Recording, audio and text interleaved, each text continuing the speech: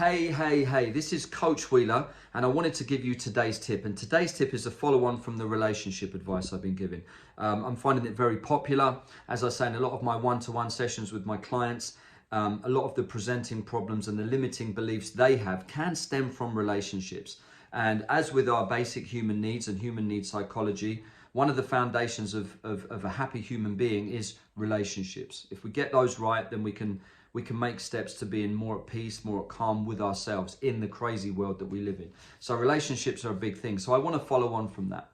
And today's tip is about, is kind of, I've heard a lot of other coaches say this, and I'm not knocking other coaches and everyone in their own niche and their own lane. I have my own lane and my own thing, so I don't appeal to everyone, and everything I say doesn't make sense to other people. So we have to find our lane. But I'm hearing a lot about people saying about fixing problems and how do I attract the right person, and you know, and they're in a difficult spot in their relationship, and they find that things aren't quite right.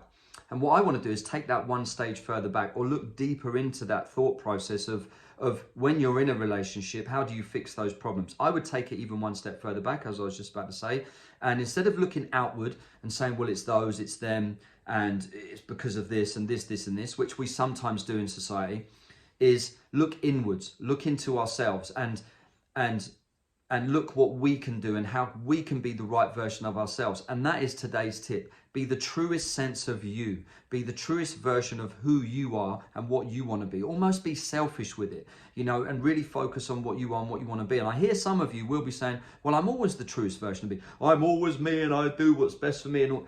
That isn't always the case, because sometimes in life we get mixed up in the social sciences, you know, following the pack, not wanting to be left out. Sometimes everyone's having a conversation and you join in that conversation because you find elements of it true, but parts of it don't really sit well with you. So it's sometimes we can get lost in trying to conform, trying to be accepted, trying to be part of the group or the pack, you know, and that doesn't always help.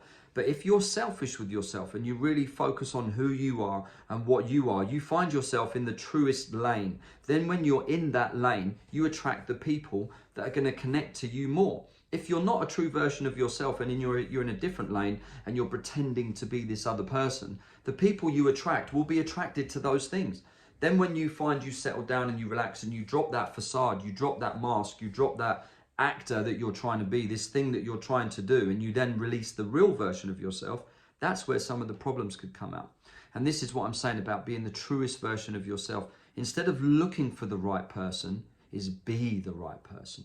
Be the truest version of you. And then when you attract that partner, you're still going to have your ups and your downs and your problems and your negotiations and your conflicts of interest, because no one's ever perfectly matched, but you're going to be with someone that has a lot more common interest with you because you were in your truest version of yourself. Like if you go to museums and walks in nature and hiking and all these things, you're going to attract people that do the same things. If you're going to clubs and restaurants and shopping centers and all these other things, you'll attract someone from there. So you have those interests. Go with what you know. If you go to a sports club and you meet someone there, you're both going to have that sport in common. So the chances are you might have other things in common.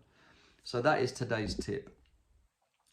In relationships, instead of trying to fix the other person and fix the problem and fix that, look inwards and say, am I the truest version of myself?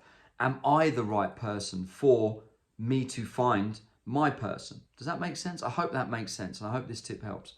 Look for more tips on relationships, and if you need any help, get in touch, and I'll see you guys on the other side. Peace.